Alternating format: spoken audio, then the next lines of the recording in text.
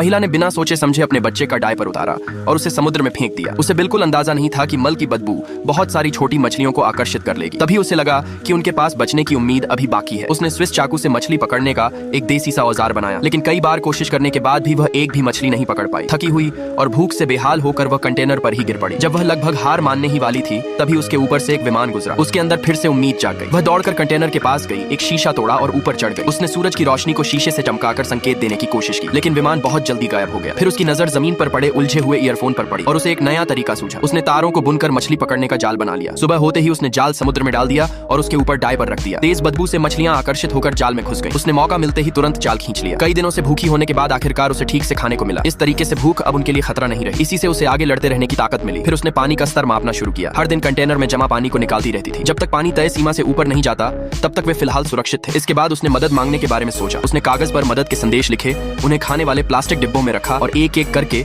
समुद्र में फेंक दी गई ताकि कोई उन्हें ढूंढ सके। समय के साथ पानी का स्तर धीरे धीरे कम होने लगा। सब कुछ बेहतर लग रहा था, लेकिन एक रात उसे जोर जोर की टक्कर की आवाज से नींद खुल गई। वह ऊपर देखने गई तो पता चला कि बस एक तैरता हुआ कंटेनर दूसरे कंटेनर से टकरा रहा था। तभी उसका मोबाइल बज उठा। ये उसके पति की कॉल थी। उसने किसी तरह फोन अनलॉक किया तो उसे उसका आखिरी संदेश दिखा। उसका पति सीमा पार करने की कोशिश में पकड़ा गया था। भागते वक्त उसे गोली लगी थी और अपनी आखिरी ताकत से उसने उसे अलविदा कहा था। ये खबर उसे अंदर से तोड़ गई, लेकिन अपने नवजात बच्चे के लिए उसने हार नहीं मानी। 26वें दिन पानी अपने सबसे ऊंचे स्तर तक पहुंच गया और उस जगह को भी डुबो गया जहां वे सोते थे। पानी निकालने का दबाव अब बहुत ज्यादा हो गया था। उनके पास सिर्फ एक ही रास्ता बचा, कंटेनर की छत पर चढ़ जाना। लेकिन वे जानते थे कि ये कोई स्थायी समाधान नहीं है। देर सवेर कंटेनर भी डूबने वाला था।